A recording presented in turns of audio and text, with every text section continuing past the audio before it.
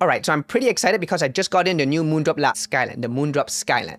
It's their new $700 flagship headphone, sort of, see the comments, and I've been waiting 4 months to get it. Unfortunately, it didn't have a very good time coming from China, but that's okay because the headphones were unharmed. Before we get to the headphones though, here's all the accessories you get.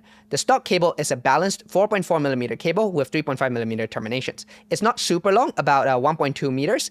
I'm not usually a fan of flat cables, but I actually like it here. The copper is a nice color and the sheeting is very soft. You also get two adapters. The first is a 4.4mm to 1/4 inch adapter, and the second is a 4.4 to 4-pin XLR balance. Build-wise, I think the Skyland is pretty good. The headband here is made out of carbon fiber. It's really flexible.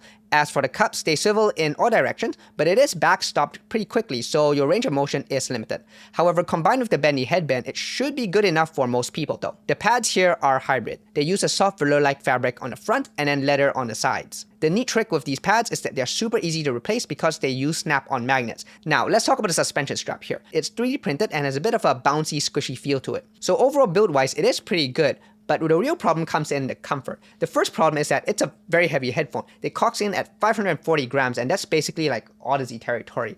That in itself isn't like super bad. The second problem though is that this headphone is just meant for larger heads. You can see how far this headband can sort of stretch here, and that for me means that on my head, I have a very, very low clamp force. Now, the headband does a very good job of actually supporting and spreading out the weight, but because I am on the smaller size and because it's kind of loose, it does feel like it's sort of like drooping down a little bit and sliding down. However, I do have a solution. If I use a pair of chopsticks, I can force this headband to be smaller like so. So as you can see, using these chopsticks allows me to make the headband smaller, which allows me to also lift the headphones up and then give me a better clamp force here. However, because this headphone is so heavy and the headband is so kind of bendy, I still have to keep my head very, very straight while listening to music, which can be uncomfortable over time. Okay, so what about the sound then? Well, I gotta say, I do think the Skyland is actually pretty darn good. There's a graph on their website showing that this is basically pure neutral DF HRTF, and I was pretty worried that it'd be too bright and too forward for me. But once I started listening to it, I was actually pretty surprised that that wasn't really an issue at all. The first few minutes I was listening to it, yeah, I did feel, some of the upper mids could come across as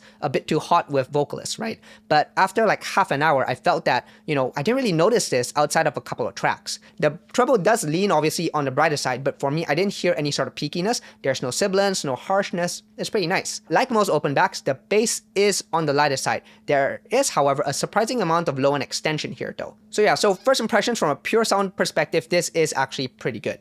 However, fit and comfort are definitely like a big question mark for me, which make recommending these pretty challenging. Resolve does have a unit and I think he'll be doing a full review. I'm pretty excited to see what these look like on the B&K 5128. But for now, I'm going to keep listening to this, do some comparisons, and then gather my thoughts for a little review video sooner or later.